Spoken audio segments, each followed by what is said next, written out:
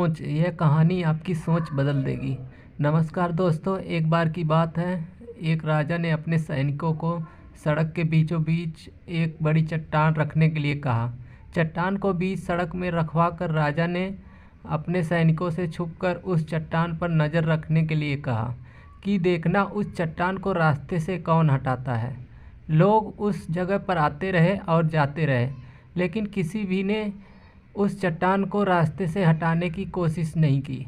उस चट्टान के पास से लोगों के गुजरने वालों में राजा के कुछ करीबी लोग और शहर के बड़े व्यापारी भी शामिल थे, और उसमें कुछ लोग तो राजा को ही कोसते लगते कि क्या राजा इस चट्टान को भी रास्ते से नहीं हटवा सकता।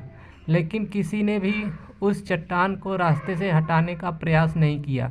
ऐसा काफ़ी दिनों तक चलता रहा। एक दिन एक किसान अपनी सब्जियों के साथ उधर से गुजर रहा था। उसने चट्टान को रास्ते में पड़े देखा और सोचा कि सबको इस चट्टान की वजह से कितनी तकलीफ़ हो रही है।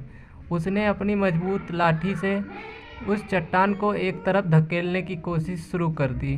काफ़ी कोशिश करने के बाद वह उसे सड़क से हटाने में कामयाब हो जाता है। चट्टान रास्ते से हटाने के बाद किसान अपनी सब्जियों को उठाकर जाने ही वाला था कि अचानक उसकी नज़र एक पोटली पर गई, जो ठीक उसी जगह पड़ी थी जहाँ से उसने वह चट्टान हटाए थे। उसने उस पोटली को खोलकर देखा तो उसमें सोने के कई सिक्के थे, और उन सिक्कों के साथ राजा का एक संदेश भी था, जिसमें लिखा था कि ये सोने के सिक्के उनके लिए है जो इस चट्टान को रास्ते से हटाएगा।